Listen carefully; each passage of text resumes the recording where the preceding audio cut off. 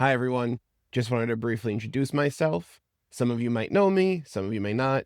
My name is John, and I am the newest member of the Breeze team. If you've been sending any support emails recently, you may have noticed me answering some of them. I own and operate Nico Booths in New York City, and I've been a Breeze user since I started the business 11 years ago. I started with DSLR Remote Pro, and as soon as the Breeze booth for iPad beta was announced, I immediately converted one of my booths over to iPad and have not looked back since. Currently, all of our photo booths run Breeze booth for iPad, and I don't see us ever going back to PC unless there's a super specific reason that a client could potentially ask for.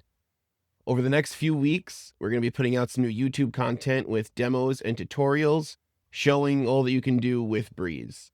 There's been a lot of new updates and features added, and we know a lot of people don't really want to read the long manuals, so we're going to make some videos to hopefully answer some questions and show what is actually possible with Breeze.